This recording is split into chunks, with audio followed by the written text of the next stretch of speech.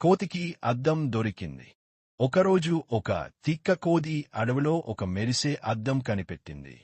అది దానిలో చూసి ఆశ్చర్యపోయింది.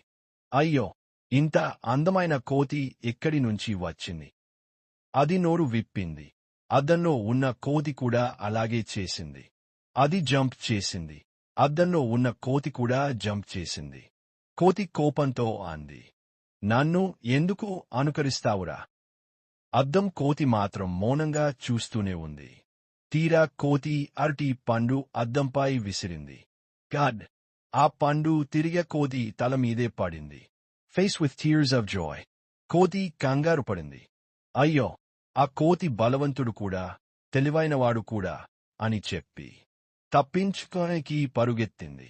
కాని అరటి తొక్కపై జారిపడింది. గ్రిన్నింగ్ స్క్వింటింగ్ ఫేస్. నీతి: కొన్నిసార్లు మనల్ని మనమే మోసం చేసుకుంటాం.